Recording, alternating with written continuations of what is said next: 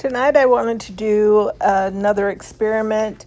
I wanted to redo the Simultaneous and Milky Way imaging that I did recently.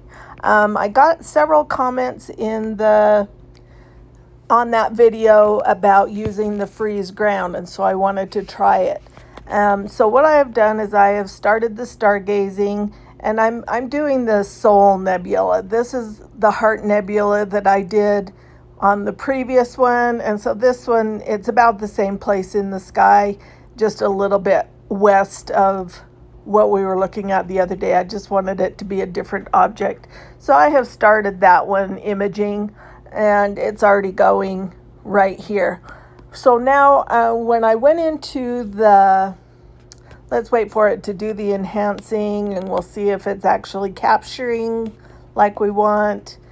I swear in the beginning this enhancing thing was almost immediate, and now it takes quite a long time. So I don't know if they're going to ever fix that. So there we have the live imaging. This is like the Heart Nebula. It's pretty dim, so it takes some time for it to materialize. So I'm not surprised that we're not seeing much yet. And so we'll just leave that one imaging and then go into the Milky Way.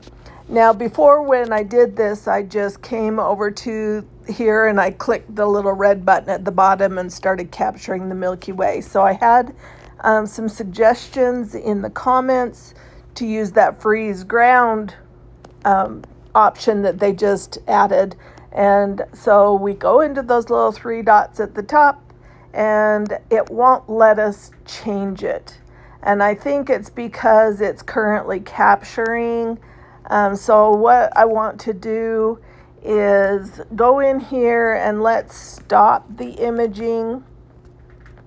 If I can get there, let's stop that imaging, and then let's go into that capture and see if we can set that freeze ground option first. And so then nothing is imaging, so it should let us freeze the ground, and we'll have it freeze it for, let's just do 1 minute because we're going to just test this. And we'll leave it there. We'll leave it on the short exposure. And then let's go back to the stargazing and see if it will leave it on. So we're going to go into the stargazing, and we will recenter that Soul Nebula and start it imaging again and see if it will allow us to do it while we're simultaneously imaging a DSO. And so it's going to take a second for it to find the object and center it. Okay, there we go. It's imaging, and it has started the exposure. And so let's go into the Milky Way section, click on that, and you see it turns off the freeze ground. So it does not let us use that freeze ground in conjunction with that simultaneous imaging of the Milky Way and the DSO.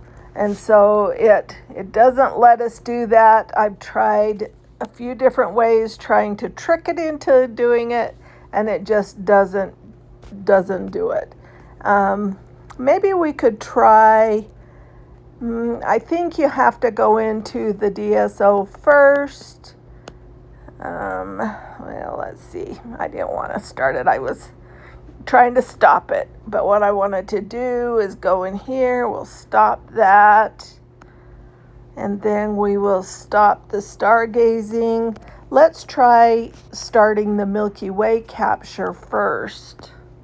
And I don't know that this will work, but we will turn on that freeze ground and turn on the capture, and then go out and try to do the stargazing, and it lets you switch objects, which would turn off the Milky Way version, I believe. So let's go ahead and try it just to follow through. But I think what it does is it won't allow you to use that freeze ground, because really what it's doing is it's not using the Milky Way mode.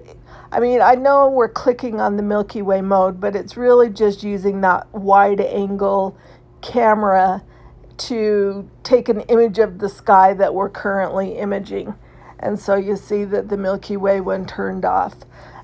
So it's really, in actuality, using the scenery mode in conjunction with the DSO imaging. So it's really not using all of those features that are there for the Milky Way itself. And so I wanted to do a quick little video to explain that. Try those different things. Try to get that freeze ground so that the ground area wasn't fuzzy. So my suggestion is the only way we can make that not fuzzy is to do short exposures, start and stop, and then maybe stack them for the Milky Way imaging, and that, or just raise it higher so that it doesn't have that ground in the picture. But that's kind of tricky to do too. The Milky Way right now is pretty low on the horizon, so it would be a little bit tricky. I mean, it's doable, but I just wanted to do a quick video to do a follow-up as on the last video I did about simultaneous imaging with the Milky Way.